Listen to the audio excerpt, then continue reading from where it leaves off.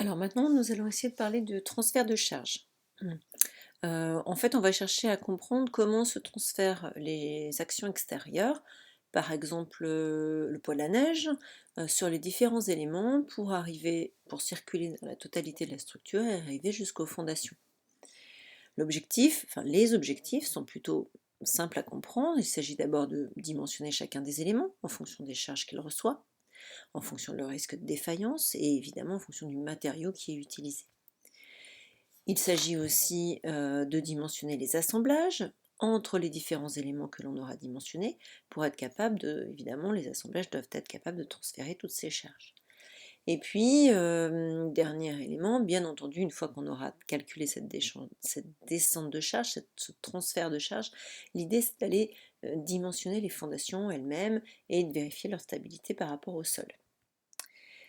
Dans la plupart des structures, de bâtiments ou de génie civil, on l'a déjà dit et ça se confirme dans la plupart des cas, on a des structures qui sont des structures filaires, en tout cas où on a, des poutres, des poteaux, et dans ce cas-là, eh bien, les éléments vont, s'appuyer de façon relativement simple les uns sur les autres. En tout cas, ce sera à nous de les déterminer. On pourrait retrouver entre chaque élément des liaisons d'articulation, le plus souvent, on pourrait aussi avoir des encastrements et plus rarement des appuis simples.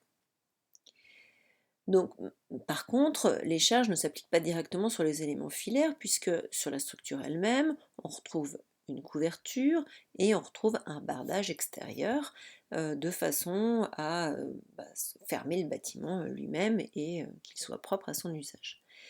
Donc en dehors du poids propre des éléments eux-mêmes, les charges qui vont s'appliquer sur l'enveloppe, sur la structure, sont des charges qui s'appliquent d'abord sur l'enveloppe extérieure, sur le bardage et sur la couverture. Je reprends l'exemple de la charge de neige, c'est une charge qui va s'appliquer sur la couverture qui apparaît ici en rouge. Et puis, cette couverture, il faut qu'elle résiste, et ensuite il faut qu'elle transmette les charges aux différents éléments, aux différentes poutres sur lesquelles elle s'appuie.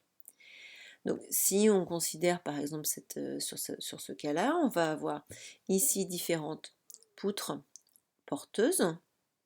Ces poutres sont espacées grâce à un anthrax. Cet anthrax est dimensionné bien entendu en fonction du bardage ou de la couverture qui va recevoir la charge, et de la possibilité, de la résistance de cette couverture elle-même. Ici, sur ce schéma, on voit des éléments qui ne reprennent pas directement les charges, mais ce sont des entretoises qui permettent d'assurer l'espacement entre les différentes poutres.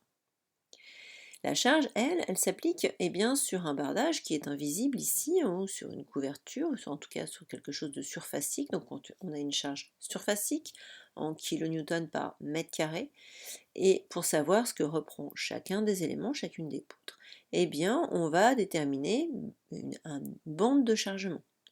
La bande d'influence de chacune des poutres pour déterminer la charge que chaque poutre va reprendre.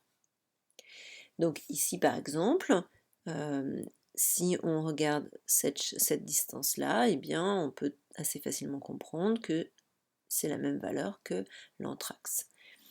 Si on se réfère maintenant à ces bandes de chargement qui apparaissent ici en bleu clair, on a des poutres espacées de façon régulière, par exemple avec un anthrax de 2 mètres.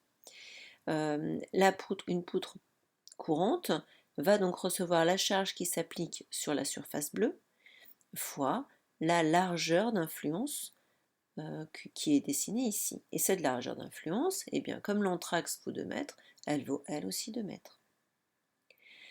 Par contre, sur la poutre qui serait une poutre de rive, sur l'extrémité ici, la bande de chargement, ce n'est plus l'espacement entre deux poutres, mais c'est uniquement la moitié de cet espacement-là. Donc c'est pour ça que dans le calcul, on se retrouve avec un demi-anthrax.